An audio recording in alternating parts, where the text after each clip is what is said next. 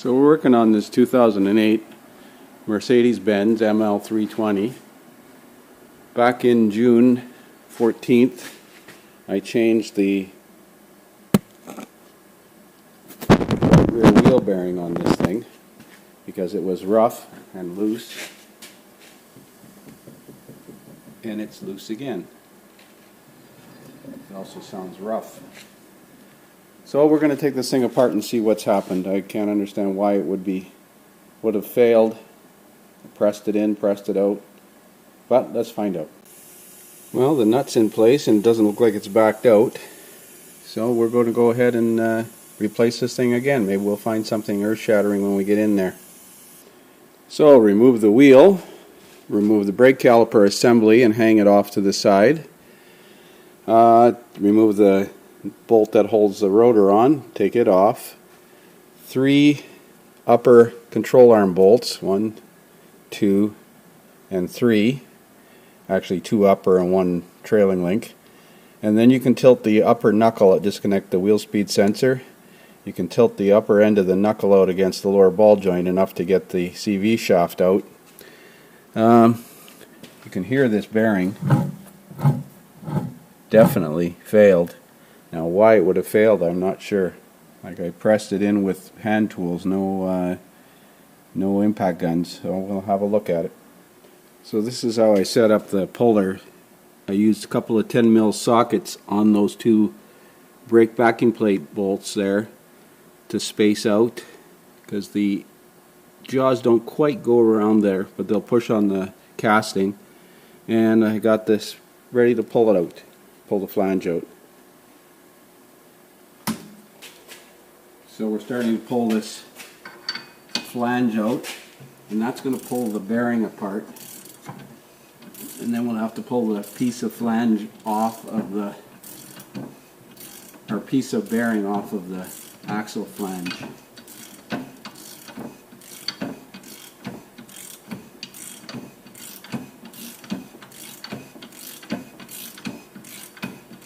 Once this is out, we'll take the snap ring out and use a different tool to pull the bearing out. This is getting loose now.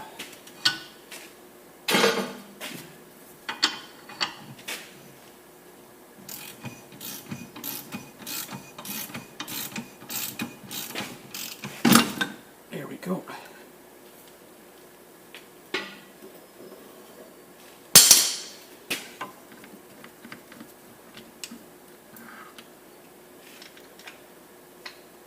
That inner race looks okay. Well, we'll see what the other part looks like. So the inner part, or the outer part of the bearing looks pretty decent. Here's where I put the 2 10mm sockets on those backing plate bolts so that the pushing tool could push on there. Otherwise you'd have to basically remove the parking brake shoes, which is a little bit more work. We'll take the snap ring out now and pull the bearing out. So we're ready to set up to pull the bearing out. I've got the snap ring out. One thing you have to be conscious of is this wheel speed sensor right here.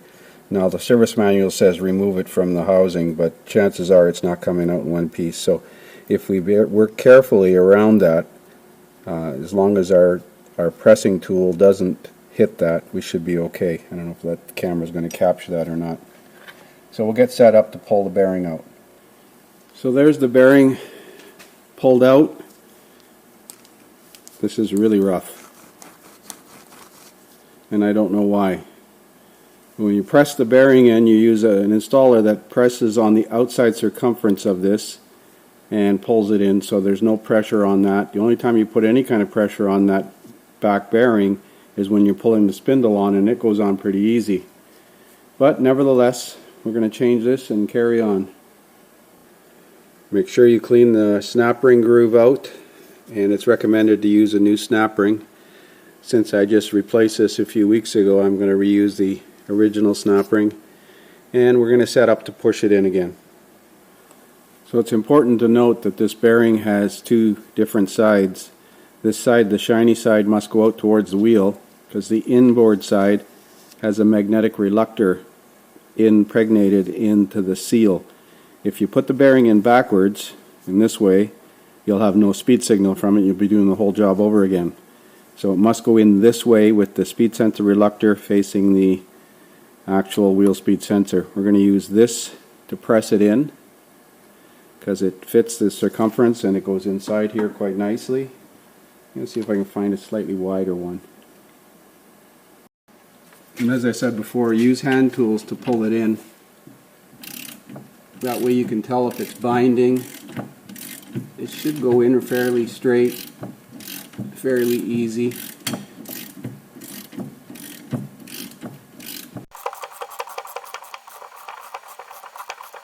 And you don't need to worry about the speed sensor reluctor pressing the bearing in because it'll stop with the housing ridge before it touches that. And the plate is on the back of the housing. It's flat, fortunately.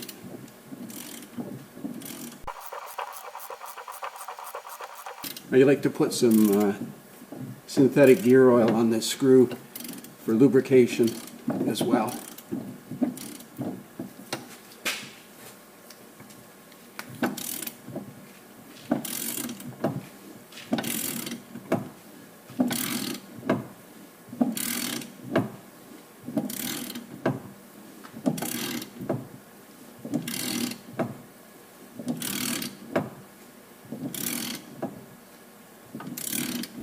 We can put the snap ring in now. Oy, it's a workout.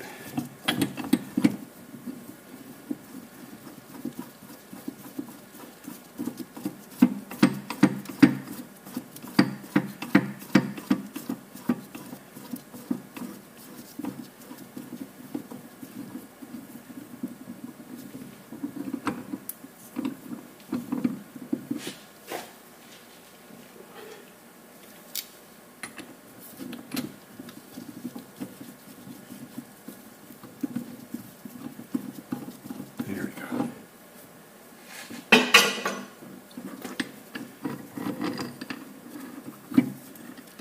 So there's what I had on the back of the housing. So we got the bearing pressed in there. We just got to put the snap ring in, and now press the inner part of the race off of the spindle.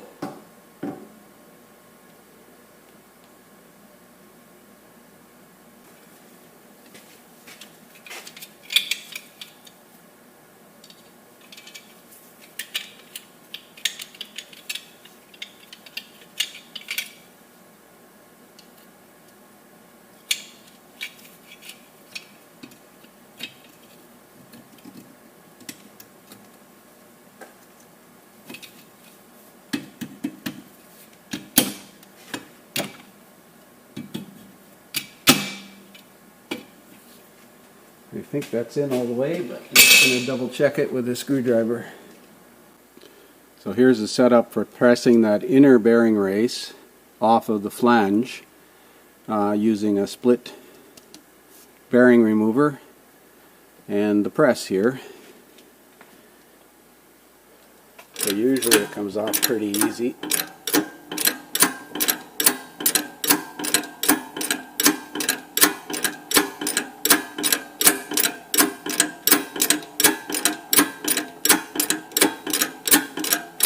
Some guys use a chisel,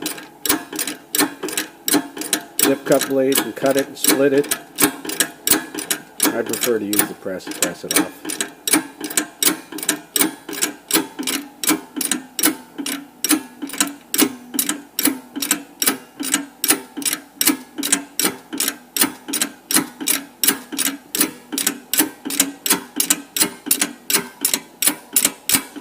No, I think I ran out of press. Yeah, I did. So there's the axle flange with the bearing inner race pressed off. Now we got to press this into the new bearing assembly. So here's exactly what I did last time, pressing this bearing in using the same installer, and I'm doing it by hand. This way you can feel if it's binding, caulking.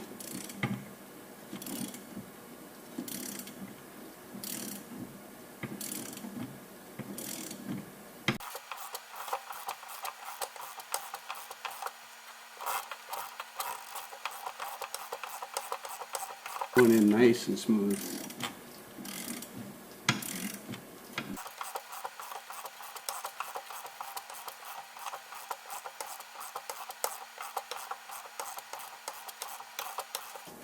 And you'll feel when it's bottomed.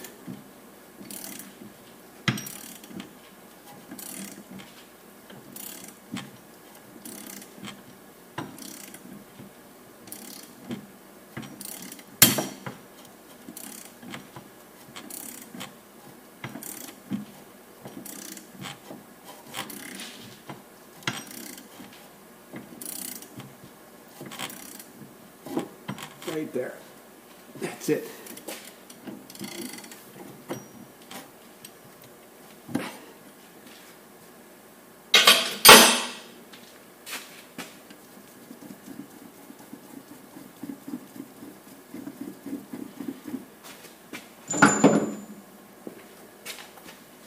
Oh, nice and smooth. Good. So now all that remains is to put the axle shaft back in.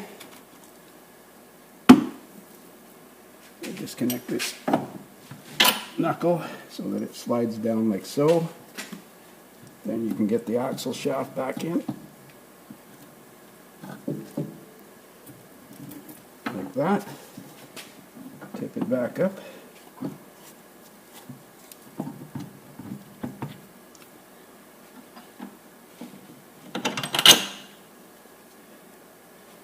Yeah. And reinstall all these linkages.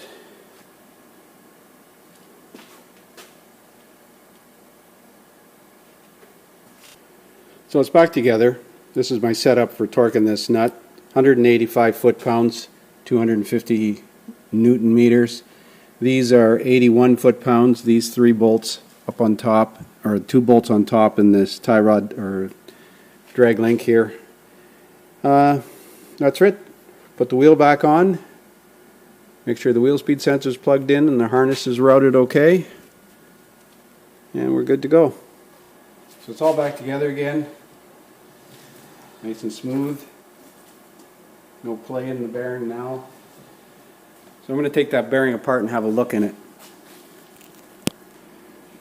So I pulled the outer race or the inner race out. Let's wipe it off and have a look at it. Well, there you go. You can see that breaking up of the bearing surface. Now, why would it do that?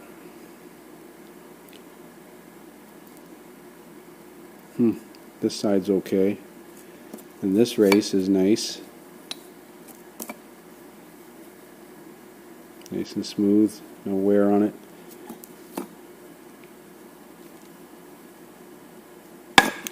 Oh well.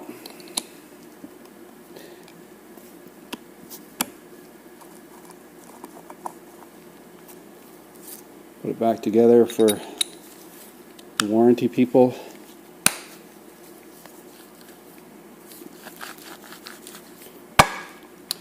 Well, that's a wrap. Thanks for watching.